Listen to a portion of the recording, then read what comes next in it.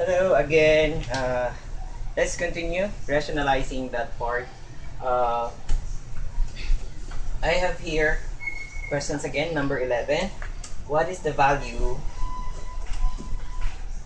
What is the value of 12 and 1/6 and plus minus 3 and 3/8 and then minus 5 and 2/3 plus 20 and 3/4. Okay, there we go. So, what's the value then? So this one, 6 times 12, that's 72 plus 1, that's 73. 73 over 6. And then minus 8 times 3, that's 24 plus 3, that's 27 over 8. And then this one, the 5 times 3, that's 15, that's 17 over 3 plus 20, 80, sorry. That's 83 over 4. Okay, there we go. Let's just make this one by 4. Let's do all the negatives and all the positives. So this one, 73 times 4. 73 times 4, we have there 292 over 6 times 83. Okay, so this one is like plus 498 over 24. I just did like this. 4 times 73. 4 times 73, that's 292. And then 6 times 83, that's 498. And then 6 times 4. And then minus this one. 27 times 3, that is 81. And then minus 8 times 17. 8 times 17. 136 over 24. This is plus minus. So this one, 136. This is 292. That's 600. Oh, this is 790 over 24 minus 217 over 24. There you go. 790 minus 217. That's 573. 573 over 24. That's it. Divided by 24. So we have 23 and 7 over 8.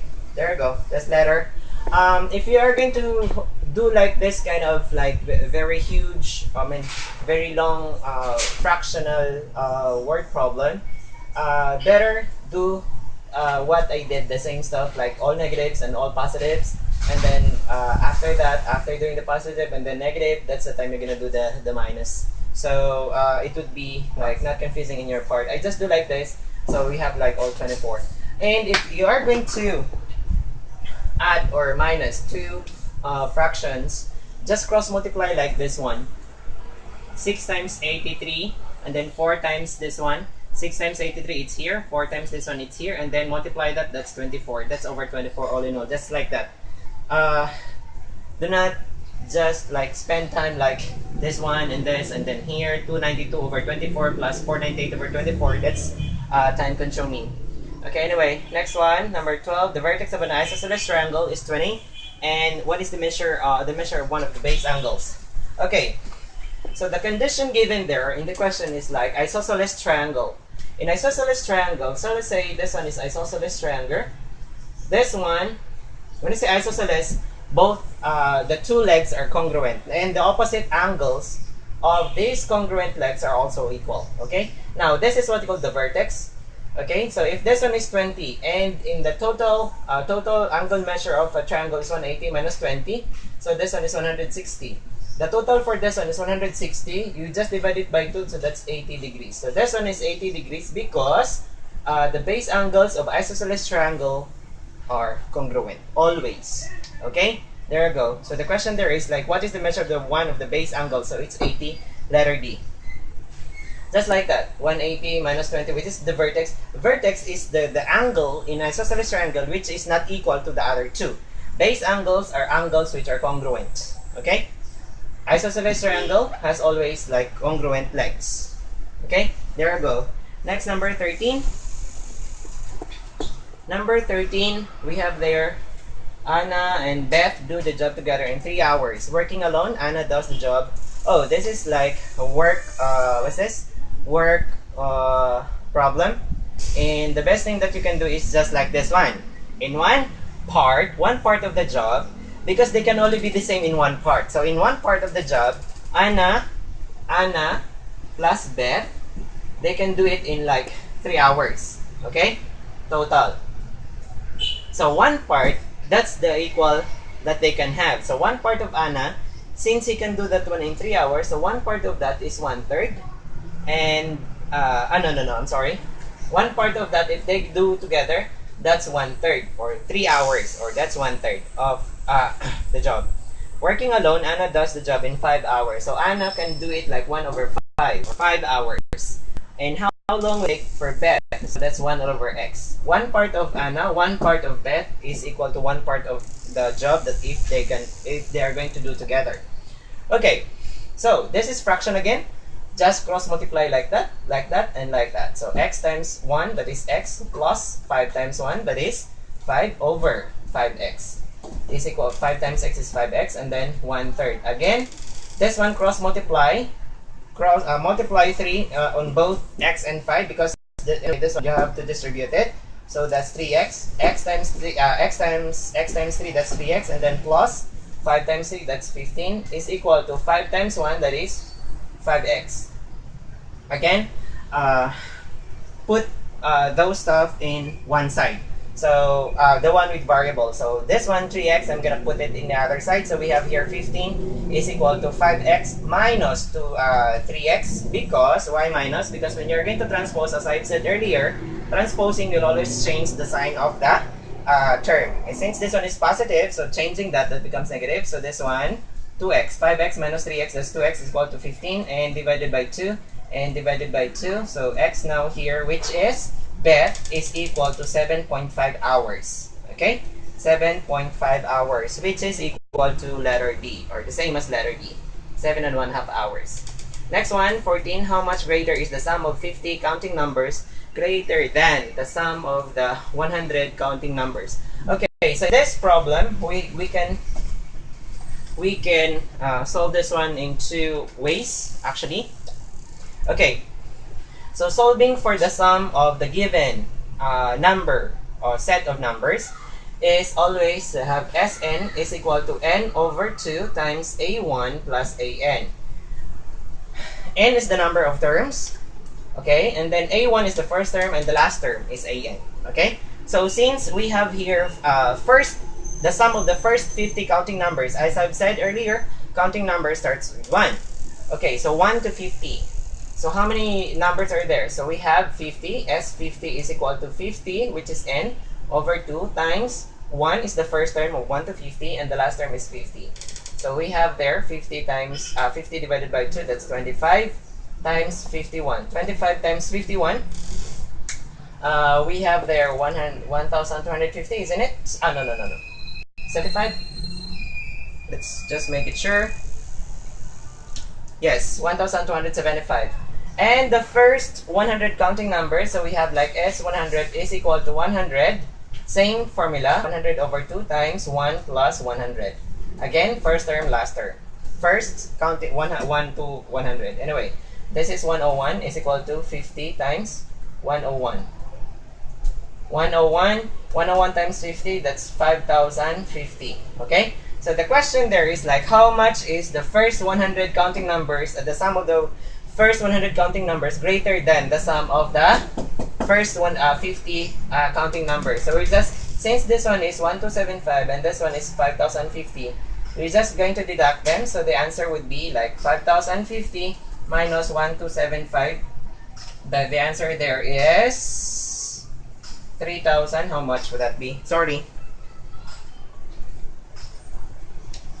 Okay, so that's 3,775. Okay, there we go. That's letter B. Next, number 15. Which of the following has the largest value? Of course, you will know that one is 94. That's very basic. A water tank contains 18 liters when it's 20% full. So how many liters does it contain when it's 50% full? Okay, this is just a ratio problem. Okay, so if it's like if this one is the given tank, and then it's like 20% full, okay? So this is like 18 liters. 18 liters. How about if it's like 50%? 50% full. How many liters would that be? So it's like 18 liters, that is 20%, right? So that means 9 liters for 10%, right? So since this one is 50, just multiply it with 5. Okay, so that means 9 times 5 also. 10 times 5, that is 50%. And 50%, 9 times 5, that is 45 liters. That's it. 45 liters, which is letter D. Number 17, the edge of the rectangular solid have these measures 1.5 feet by 1.5 feet by 3 inches, which what is its volume in cubic inches? Okay, there we go. Now, in this kind of problem, you must be very careful of the units, because as you can see here, like 1.5 feet and 1.5 feet by 3 inches. Now, rectangular solid, shall I say this one? Okay, sorry. I don't know how to draw anyway. Okay, now, this one is 1.5. Shall I say this one is 1.5 feet? How many inches are there in 1 foot? That is 12, right? So 1.5 times 12, that is 18 inches. And this one is 1.5 feet again, or 1.5 feet. That is also like 18 inches. And the height is like 3 inches. So that's the time you're gonna multiply it, okay? So finding the volume of this would be like length times width times height. That is 18 times 18 times 3, okay? So there you go. 18 squared times 972. That's 972 cubic inches. That is, what's that? 972, that's letter C. There you go. Next, number 18. In a certain school, the ratio of boys to girls is 5:7. If there are like 180 boys and girls in the school, how many boys are there? It's just the same as, like, this is again ratio. Earlier, like, I discussed about like 62,000 divided by the, and it's divided by the 3 of the siblings, and they have the given ratio like 5:4:1. And this one, the same problem with that. So we have like 180 boys and girls in total, and the ratio is like 5 boys and 7 girls. So 5:7. That is the total. So adding that, that is 12. Okay, so and then divide this one by 12, so that is 1, correct? Sorry.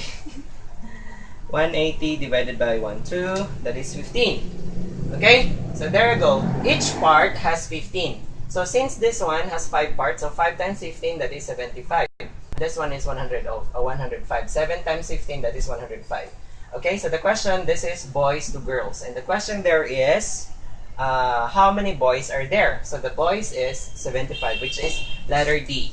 Okay, next, 19. Ruben's grades in 6 subjects are 88, 90, 97, 90, 91, and 86. What is the least grade that he should aim for the 7th subject if he has to have an average of 88? Okay, so we have there, now if they have this kind of question, the average is 88. And take note of how many data are there, okay? So since it says like 7 subjects, so that means there are 7 data, or 7 items in the given set. So what you're gonna do is just multiply this one by 7, because there are 7 data. This is the average, so multiply it by 7, so that is 88 times 7, that is 616. And then minus, just deduct all those given, like 88, 90, 97, 91, 90, and 86. Just minus that, that would be the 7th grade, okay? So 616 minus 90, minus 90, minus 88, minus 97, minus 91, minus 86. There you go.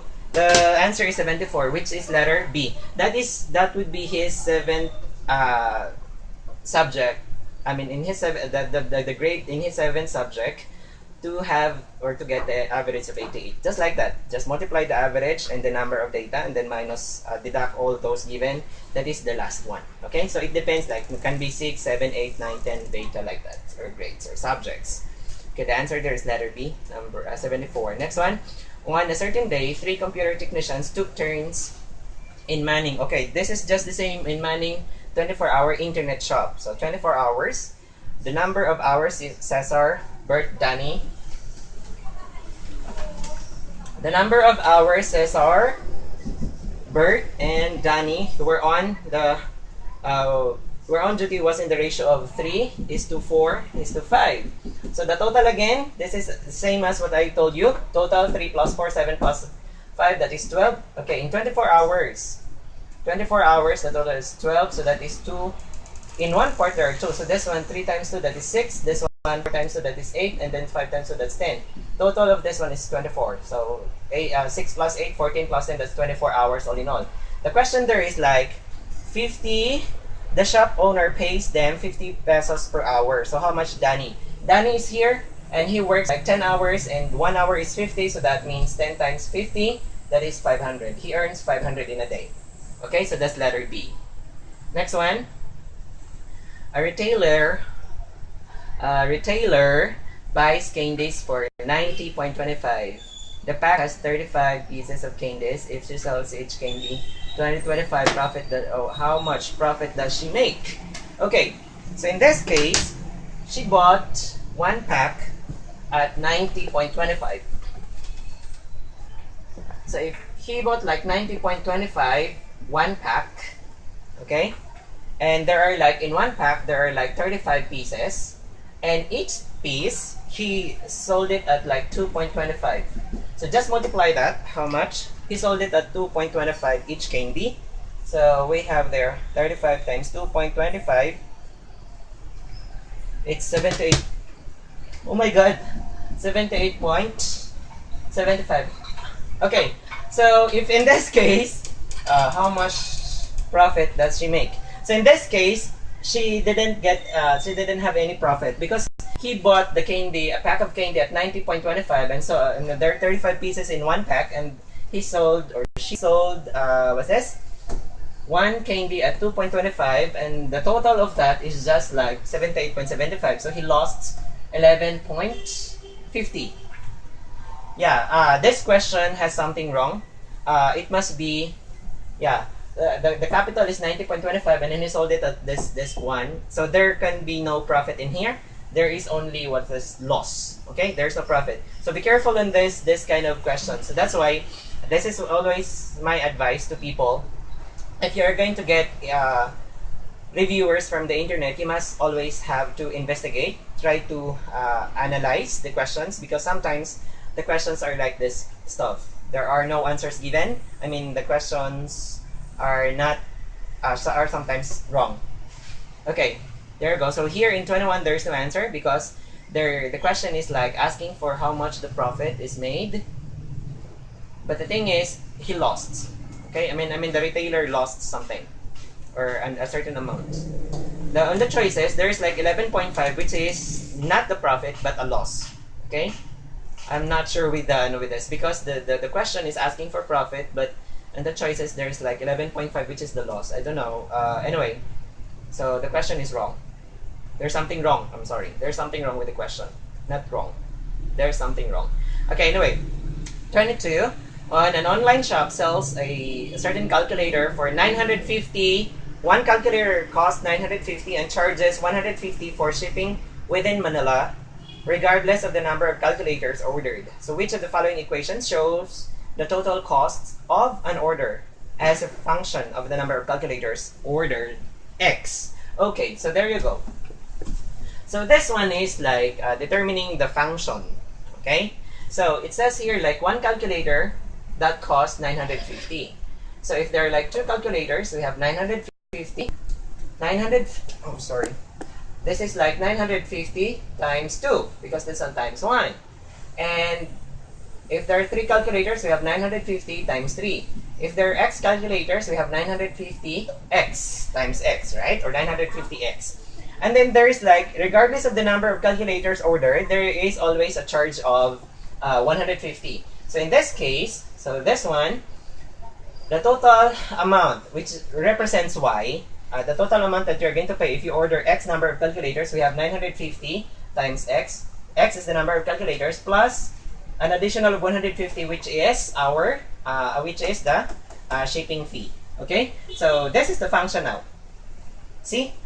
In this case, in this type of problem, try to analyze. Like one calculator is like this, like that. Okay? Just make everything concrete so you would be able to get the correct function. So if there are like one calculator, 950 times 1, two calculators, 950 times 2. If there are x calculators, of 950 times x, plus the additional 150, which is a shipping fee. Okay? So this is the total amount that you're going to pay if you order x number of calculators, which is letter D. Next one, number 23. One side of 45, 45, 90 triangle measures x centimeter. What is the length of the hypotenuse? Okay, so when I say 45, 45, 90 triangle, okay, I'm sorry. This is like 45 here, 45, and this one is 45 degrees, and this is 90. And if one of the legs, these are what's this? Length of one side. Okay, anyway, so this one are the legs. When I say 45, 45, 90, that means this triangle is isosceles right triangle. When I say isosceles right triangle, it's a right triangle with two legs congruent. Now, if this one is x, and if this one is x, that means this one is also x. Now, to get for the hypotenuse, always remember if it's like 45, 45, 90 angle, the sides, if the legs are given, just multiply the leg, one of the legs, with square root of 2, and that's the hypotenuse. So that's x square root of 2. That's it. Okay? This is your, what's this? You will save time on this. If there are 45, 45, 90 triangle, the two legs are always equal. If one leg is given, the other leg is like the same. Now, to get for the hypotenuse, just multiply one leg with square root of 2, and that's already the measure of the hypotenuse. Now, to check if you're correct, just do like this. Pythagorean theorem, c squared is equal to a squared plus b squared, whereas a and b are all the legs. So we have c squared is equal to x squared plus x squared, because a and b are both x, right? So we have there c squared is equal to 2x squared. Take the square root of that, take the square root. So we have your square root of c, that is c, and then cancel that, and then this one, the x, square root of x squared is x, and then remain 2, because we cannot, there's no such thing as like square root of 2, just retain it like square root of 2. There you go, just the same, like that. So instead, just if you have this one, 45, 45, 90 triangle, just do directly like this. Now, I'll begin to discuss this one in one video, like this 4 special triangles, as I've mentioned in my, the 1 to 10, rationalizing 1 to 10, numbers 1 to 10. There is like 45, 45, 90, 30, 60, 90 angle, right triangle. We have 3, 4, 5 right triangle, and 5, 12, 13 right triangle. I'll begin to discuss this one in one video so you would understand the concept. Okay, next one, 24. The legs of one right triangle is 9 and 12. So while those others is like 12, 16, how much longer is the perimeter of the larger triangle than the perimeter of the smaller triangle? So this one, when we talk of perimeter, shall I say, this triangle is 9 and 12, and the other triangle we have here, what's that? 12 and 16. So getting the perimeter, you have to get the measure of all sides, but this one is unknown, right? And this one is also unknown. As I've said, we have what we call 3, 4, 5 triangle. When I say 3, 4, 5, look at this. This can be divisible, this can be divided by 3, which is 3. Divided by 3, the answer is 4. So this is like in 3, 4, 5. So since we divide this one by 3, multiply it by 3, multiply it by 3 to make it 12, multiply it by 3, that's 15. So this one here is 15. So this one again divided by 4. Divided by 4, this is 3. Divided by 4, this is 4. So this is like in 3, 4, 5. So 5 times 4, which is our divider here, this is 20. Okay? So the perimeter of this is 16 plus 12, that is 28, plus 20, that is 48. The perimeter of this.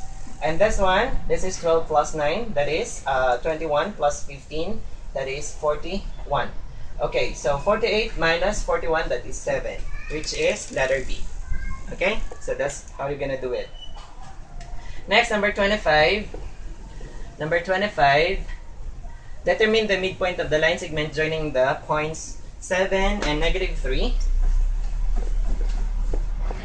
Okay, so we have 2 points here, 7 and -3, and -1 and 6. if you're going to get the midpoint, when you say midpoint, a point between